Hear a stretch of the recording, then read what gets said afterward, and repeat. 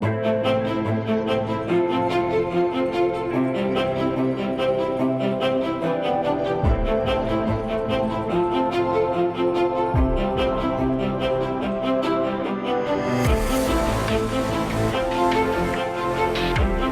Indonesia Lunch Dialogue, brought to you by the Lippo Group at the World Economic Forum on East Asia.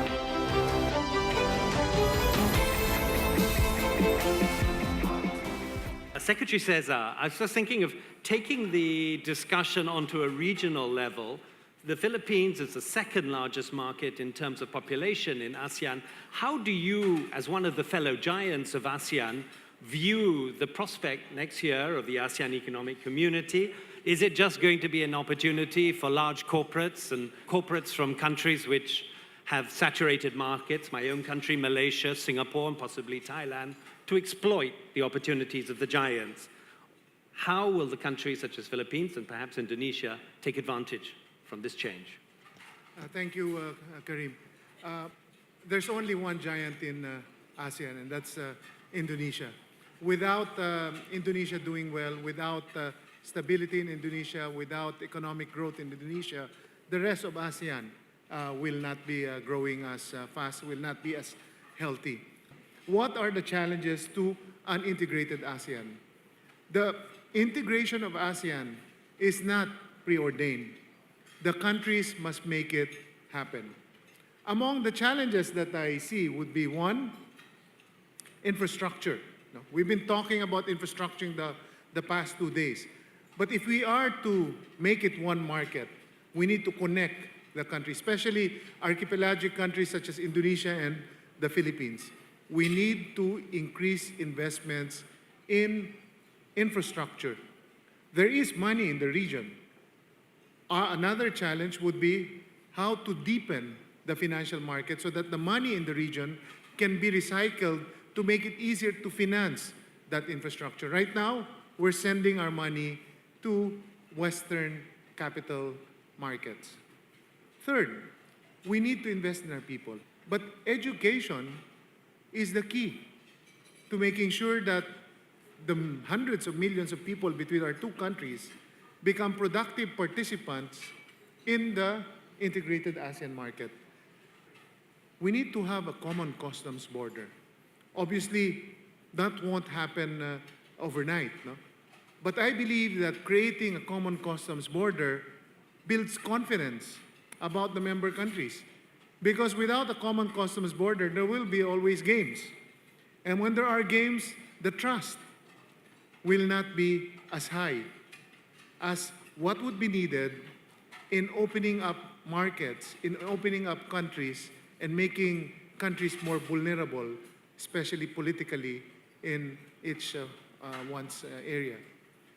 Fourth, we need to look at how we can accelerate the harmonization of our standards, of our rules, because an integrated market really is just a word without harmonized standards, harmonized rules, harmonized processes. And finally, we need to trade more with each other. Right now, intra-ASEAN trade is only at 25%. And right now, the bulk of our trade is in intermediate goods and in raw materials. We need to increase intra-ASEAN trade in terms of final consumption goods.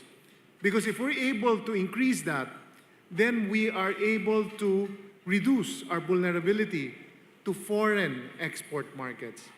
And I think we, the members of ASEAN, must not lose sight of the potentials, but also be aware of the challenges.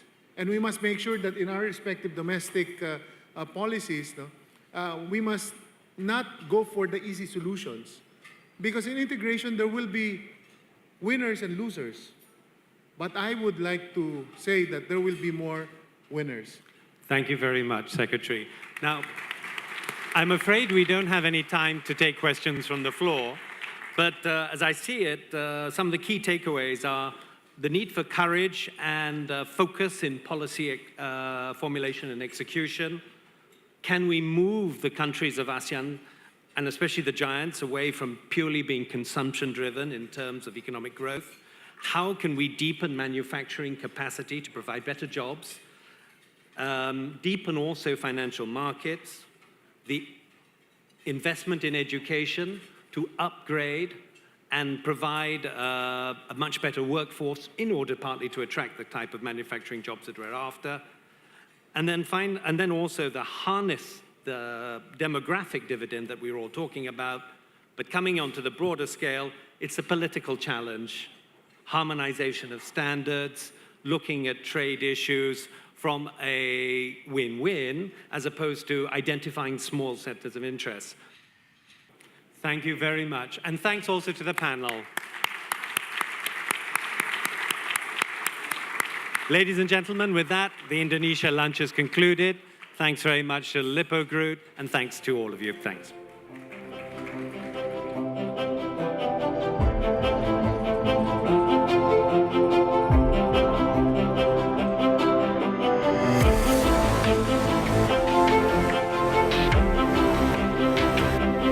Over the last 15 years, Indonesia has made remarkable progress. We've achieved stable economic growth. We've achieved free and fair elections. We've achieved regional stability. We're a member of the G20, and the list goes on. Having achieved the economic growth that we've achieved, having achieved the stability and the success that we have had over the last 15 years, as we look forward, we are faced with a new set of challenges, the challenges that are common not only to Indonesia, but also the region and the world.